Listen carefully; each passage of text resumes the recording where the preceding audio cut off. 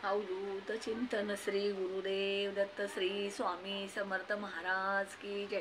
स्वामी दत्त सेवा या चॅनलवर तुम्हा सर्वांचे खूप खूप स्वागत। तुम्हा सर्वांचं आरोग्य उत्तमाचं राहू दे, तुमचं राहिलेलं आयुष्य आरोग्यदायी जाऊ दे, तुम्हा सर्वांना दीर्घायुष्य मिळू दे अशी मी स्वामी चरणी प्रार्थना करते।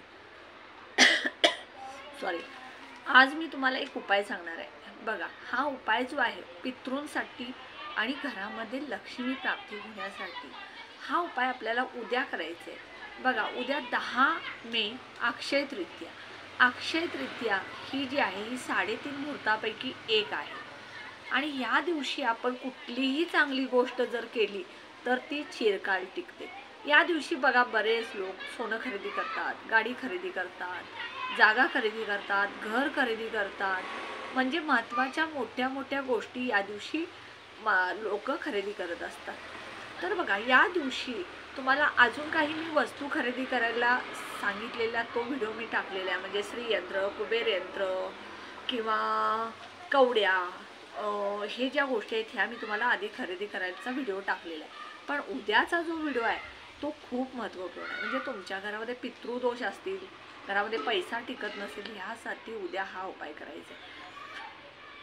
उद्या अक्षय तृतीया आहे आणि अक्षय तृतीयाला भगवान श्रीहरी श्री विष्णूंचा 7वा अवतार म्हणजे परशुराम, या परशुरामांचा जन्म या दिवशी झालेला आहे, म्हणून अक्षय तृतीया हा सण साजरा केला जातो। आणि बघा, या दिवशी त्रेता युग सुद्धा आहे, हस्तयोग आहे आणि या दिवशी आपण जो उपाय करेल, सेवा करेल, तेवढ्या आपल्याला चिरकाल टिकणार आहेत, त्याचा फायदा आपल्याला आयुष्यभर होण्यासारखा आहे।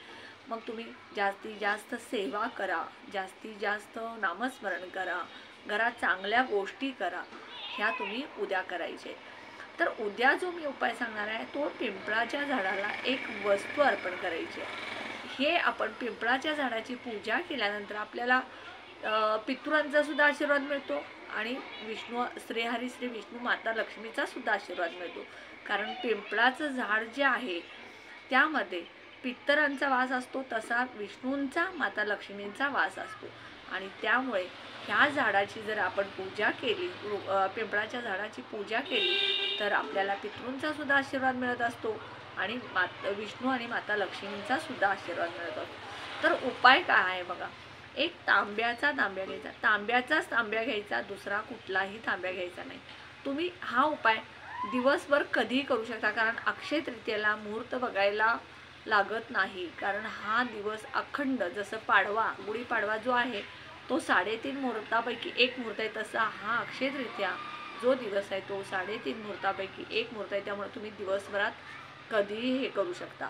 तर एक तांब्या पाणी घ्यायचं, तांब्याचा तांब्या भरून पाणी घ्यायचं, पिण्याचं पाणी घ्यायचं, आपल्या घरातलं पाणी घ्यायचं, त्यामध्ये कच्चं दूध, काळे तीळ, थोडीशी चिमूटभर साखर आणि चंदन टाकायचं आणि जाताना तुम्ही एक मातीचा दिवा घ्यायचा, त्या मातीच्या दिव्यामध्ये 2 वातीची 1 वात करायची आणि तिळाचं किंवा मोहरीचं तेल घालायचं।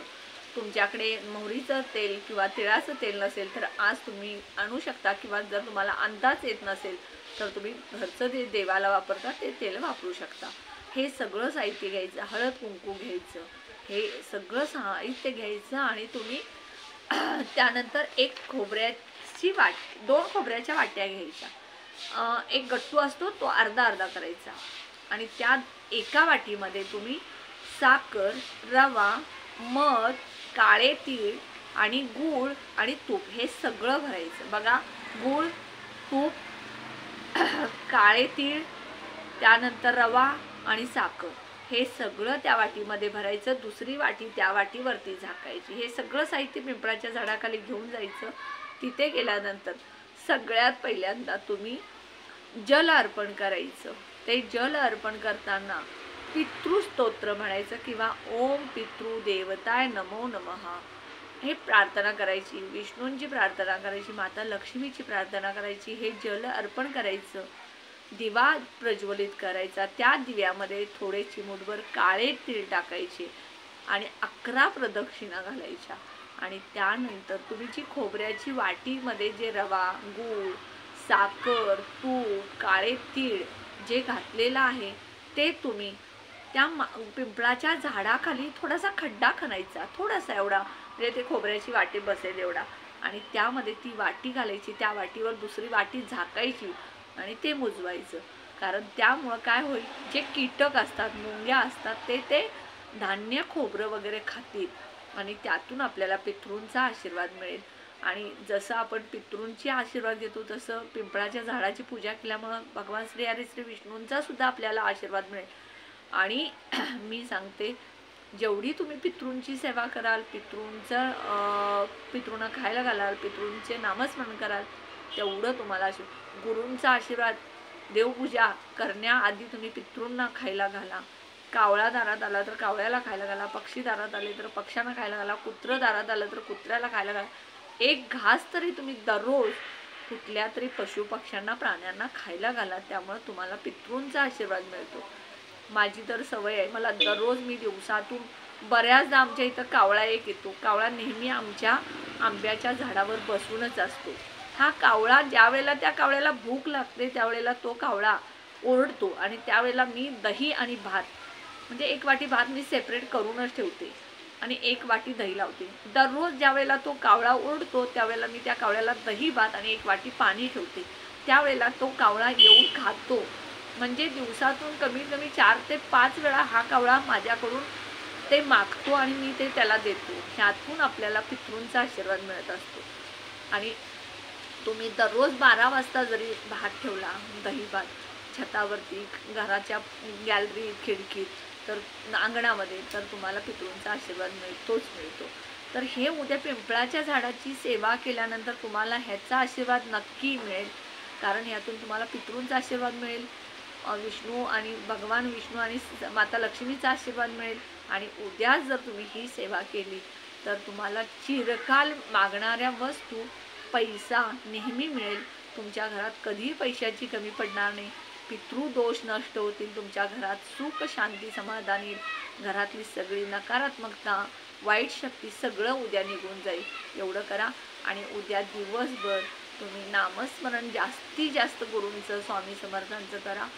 जेवढं तुम्ही उद्या नामस्मरण कराल तेवढं तुम्हाला उद्या त्याचं फळ आयुष्यभरासाठी मिळणार आहे. हा माझा छोटासा व्हिडिओ तुम्हाला आवडला असल्यास जास्तीत जास्त मित्रमैत्रिणी, नातेवाईक, शेजारी, संबंधितांना शेअर करा.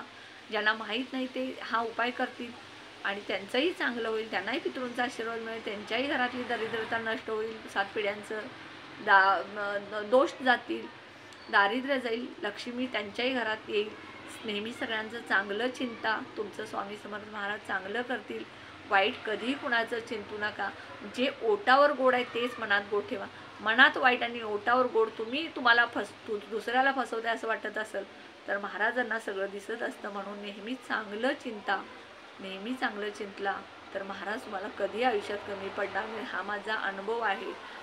आणि जर तुम्ही मनात वाईट आणि तोंडावर समोरच्याला चांगलं चांगलं बोलून वाटत असेल तुम्हाला मी कसं ह्याला फसवलं, तर महाराज तुम्हाला एक दिवस फसवल्याशिवाय राहणार नाहीत. म्हणून नेहमी चांगलं चिंता, चांगलं वागा, चांगलं दुसऱ्याचं होऊ द्या असं म्हणा.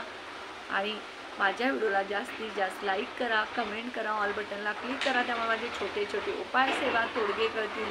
आणि नवीन कोणी माझे व्हिडिओ बघत असतील त्यांनी माझ्या व्हिडिओला जास्तीत जास्त सबस्क्राईब करा. श्री स्वामी समर्थ.